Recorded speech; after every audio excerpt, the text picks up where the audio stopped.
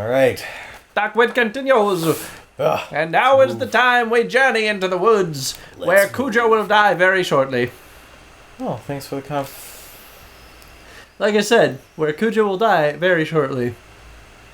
Kujo, it's just a dog. No, it's not. Oh, it is a dog. It's just a dog that's going to eat you. I tried to warn you. As he jumps the fence. Oh! Well, right off the bat, we are introduced to enemies. Oh, you close the door. And there he is. Oh, but he's apparently already forgotten about you. So I guess that's going to kind of be one of the big things with this game that's going to make it or break it in terms of design is the artificial intelligence, I think, in my opinion. Yeah.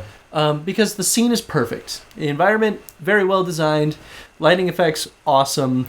Crafting mechanics, seemingly good. Pretty much everything it's got going well. That just kind of leaves room for the artificial intelligence for enemies. And either fortunately or unfortunately, depending on how well they did, that's going to make the game fun or not fun. I think, at least. I mean, you're welcome to argue, but you're also welcome to die and flee.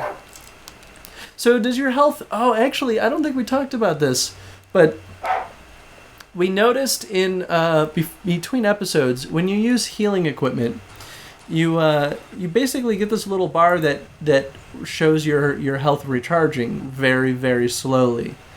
Yeah. Which is awesome, actually. I really like that because it sort of takes a slightly more realistic spin on... Ah! What was that? I don't know.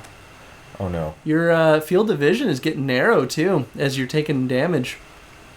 Did you notice that? Yeah. Oh, God. That's pretty cool. But, so we noticed that healing items don't have an immediate effect, and I actually really like that. It's not like... It's not realistic because you're still healing, at a very rapid pace if we're comparing it to real life, but it's it gives the survival element of the game a lot more of a challenge. You can't just take damage and heal immediately and then continue the fight. I'm wondering if your vision changed the color and the like murkiness in the area. Poisoned or something. Yeah, I was gonna say, I wonder if you were poisoned or if that was just the damage you took. I can't tell what color it is, but it looks kind of like a poison effect. Yeah. Is it reddish or is it greenish? Reddish. Oh, okay. Well, around me it's greenish, but... Oh, is it really? Yeah. Like the normal earthy tone greens, or... Yeah. Oh, okay. Because normally when you're poisoned in a game, it kind of gives you a green display, but this game doesn't necessarily need to conform to that rule. You need to drink from this well during the night to survive. Okay. I'd like to drink it then. Rises at night, so we're not there yet. It's dusk. It's not night? I think it's dusk. Is there any way to... I don't see any way to tell what time of the day or night it is. I think it's the color, actually. The color? Yeah. You notice that the red is slowly going away? Sun is setting. I don't notice because... Oh, shit. Well, it is getting darker. I can't see red very well, so it just looks like a bunch of grays to me. This is terrifying. Should we evacuate to the house? I have to drink the water. Oh, it is the dead of night. And now it's red by the well. Oh, God. Get me inside the house. Get me inside the house. Get me inside the house. Oh, my God. Oh, my God. I don't like this. Oh, awesome. No. This is fantastic. Oh, God. This is why you need lighting it. Oh, give me a door. Oh, that was Go it. back. Okay. Close. How do we know that there aren't things in the house, though? Don't do that. I mean, if we're going to be totally honest here, things are going to break into the house. Especially because the door isn't locked. Yeah, but I got him here. He's a wolf man. He's cool. Yeah. Right? Cool. He's cool. You can cook things in the oven?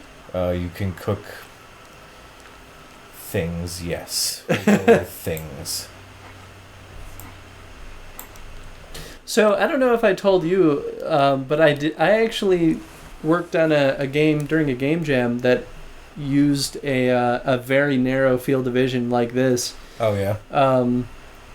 And while I would say that the game as a whole was wildly unsuccessful because it was just immensely too difficult, I learned a lot from it, actually. And this is why I love game jams, and I will forever advocate that anyone aspiring to be a game developer should participate in game jams.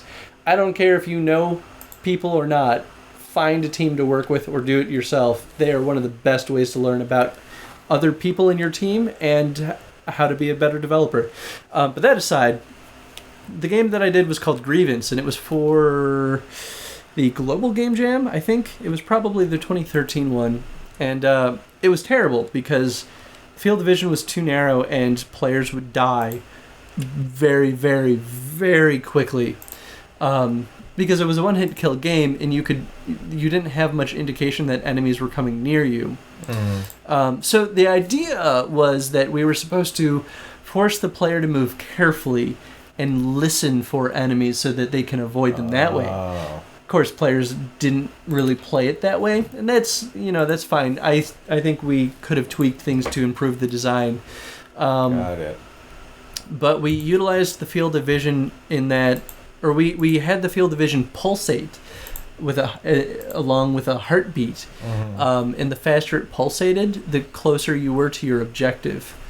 And it was actually a pretty fun project. So I am running into an issue here. So I don't have a light source. I don't have a weapon. I can't go out and explore to find anything to trade for a weapon because there are dogs all around the thing. Is that the door? It is currently night, and I can't do anything because I don't have a light source. For all I know, everywhere I walk is going to have a monster in the room. Now, I understand having night be an extremely dangerous thing to have. However, when I go up to the bed thinking, maybe I could just pass time by sleeping or something, all I could do is search it. Yeah, this was actually kind of what my point initially was going to be, and then I kind of got off on a tangent. But the big thing that I learned from that Game Jam game was that there's a point in which restricting view is too much, or it can be too much, to where, we're stuck. We literally have to just sit and wait for time to pass before we can play the game. And it has one good thing going for it and a lot of bad things going for it. The good thing is that it instills a sense of fear in us because we can't see things, but we still hear things happening in the environment, and there's no way of us knowing what it is unless we explore it. Now, if we were outside, we're doomed to die, without a doubt. But while we're inside and presumed safe, the sound effects will scare us. They're going to keep us on the edge of our seat. And so, while that's the only good thing, that's a very good thing it's got going for it. The bad side is just fundamental flawed game design in that we want to play the game and now the game is not letting us play it. Yeah. So, and I don't necessarily agree that being stuck outside in Nightfall should be immediate death. I mean, I guess it's not. But it almost is. It's so close to it. Oh, it was a mushroom. Although if there are mushrooms inside, I don't know. I'm going by Wolfman. Protect me with your crazy lips. But you get what I'm saying, right? It's frustrating. Yeah, I think at the end of the day, it's not really while that one good thing is really good, it's not really worth the cost it's paying. Yeah, because this is unless we had a method of speeding up time, which I don't believe we do. I mean, I guess we can look at the controls to see what we have available to us, but jump, dodge, cycle, Inventory Dodge action. is a thing. How about that? Well, it's a good thing we looked at this. Aim, special tag, journal, map. And then just hotbar. So, as far as I can see, there's nothing we can use to speed up time. So, yes, I agree. I think that's a flaw in the game design. Ah! Okay. Day 2. Well... Now what? Oh. I guess that's one way to... Oh, no, he's gone. Wolfman is gone, and it's raining. Oh, that's clever. So, the day cycles changes some of the randomization. Yep. It's going to give us new items. It's going to give us new characters. It's changed the weather. It's raining now. It's always good to start your day with a handful of fresh mushrooms. As a reward for surviving the night, we have gathered some tasty ones for you. Bon appetit. Remember, mushrooms taste best when cooked. And you're by the stove, so... Huh. Very cool. If you also notice, your health recovered a little bit. I think it was about half of a bar. Ooh. What? What? Oh, skills! Oh! Right now I have shadows. Better stay in the light during the night. Okay. See better underneath objects like trees. Animals are less aggressive towards you. More space in your hotbar. Huh. Kind of want to go towards the animals because that's my immediate obstacle. Although, these other two spots could be nice. We'll do this.